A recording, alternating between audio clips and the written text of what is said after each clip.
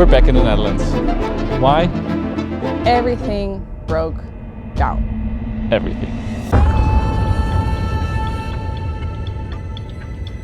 Moving back home isn't your best option.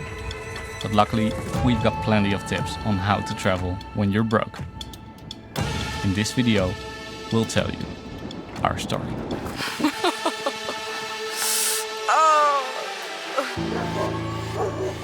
Bye. We are René and Lianne, and we've been traveling in our self-converted van for almost a year. We are passionate about photography and filmmaking, and on this channel we share our adventures. Right? Let's go! Okay, break. Yeah, break it on. It's good. Okay. Wait. Now, slow. You tell me when I'm... Okay. First for me, yeah, but slow. Yeah, I know. Okay, I can do it, no problem. I'm you do it? Okay. It all started with our turbo. We got a signal on the dashboard and no power in the van. So we had the van towed away to a mechanic. Take care of her. Bye! This mechanic was super nice to us and he cleaned the turbo instead of replacing it, which saved us a lot of money. Besides that, not only the turbo broke down, but we also had to replace the CV joint, which was the least profitable day for our mechanic because our van was in the garage and it blocked out the entire entrance, so there could not be any other cars be repaired that day. So Michael, thanks again, you were a lifesaver for us. In the following weeks, thing after thing just started breaking down. My laptop keeps crashing when I video edit. The microphone input of the camera stopped working. We have 2 phones we needed to replace because of the battery that died. Our roof vent broke down.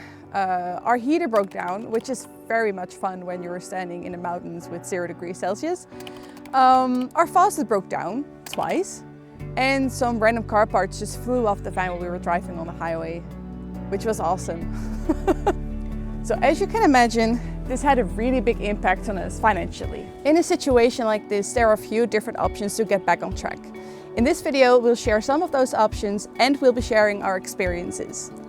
So the first option, and maybe the most obvious one, would be go back to your home country and work until you can travel again.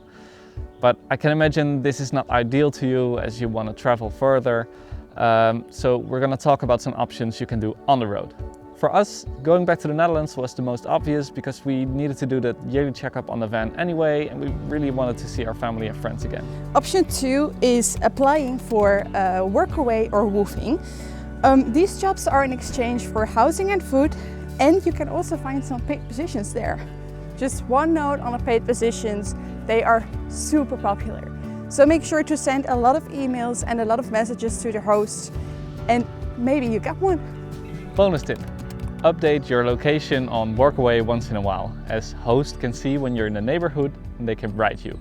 This is what happened to us at Quinta Bohemia in Portugal.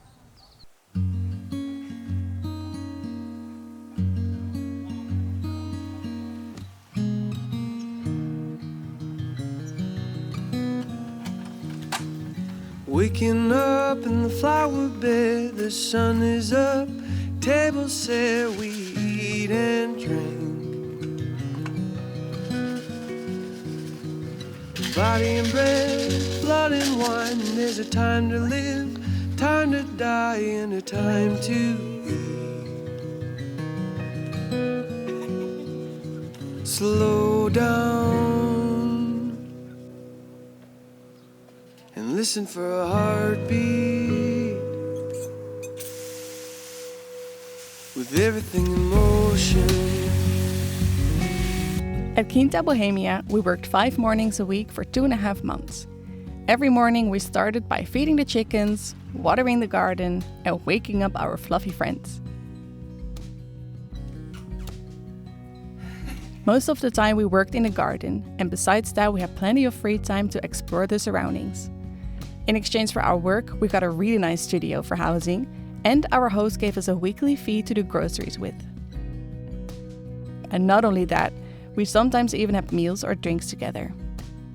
One of the best things on Workaway or Woofing is that your hosts are locals.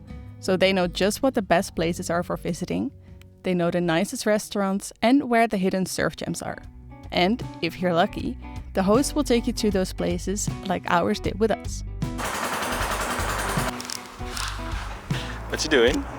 I'm waiting because we are going to drive an hour and a half with a tuk-tuk.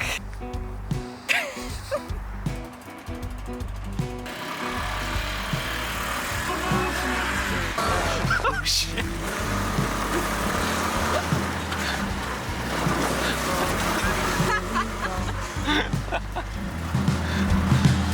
You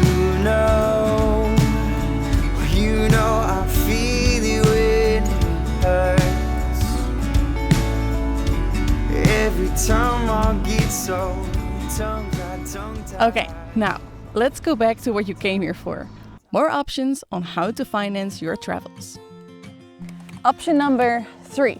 Apply for seasonal jobs. Especially in summer, seasonal workers are very much needed in a lot of different industries. Think about fruit picking, but also working in a hotel, restaurant, campsites, resorts. And even if it's winter, you can work on the ski slopes or in ski resorts or hotels. So this is what we're going to do in May. We're actually going to Italy for 5 months to work on a campsite.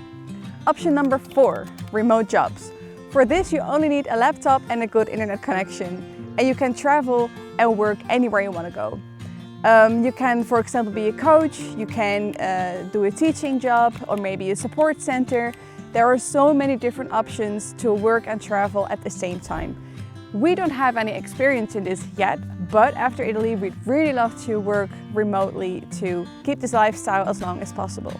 Little warning though, there are a lot of companies that advertise with this perfect picture of putting in zero effort and earning a lot of money while traveling. Trust your gut. If it sounds too good to be true, it is too good to be true. So our final tip is tip number 5. Content creation. For this, you keep in touch with travel agencies or brands, for example, clothing brands that you really love, and you create photos and videos for them. Sometimes it's an exchange of services or maybe clothing, but other times you can get money out of it. And the only thing you really need is a good portfolio. We're gonna make another video on how to make a good portfolio and how to get paid positions for content creation. Be sure to subscribe if you want to see this video. Thanks for watching. If this video was useful to you, or if you just want to support us, give a thumbs up and leave a comment. See you in the next one.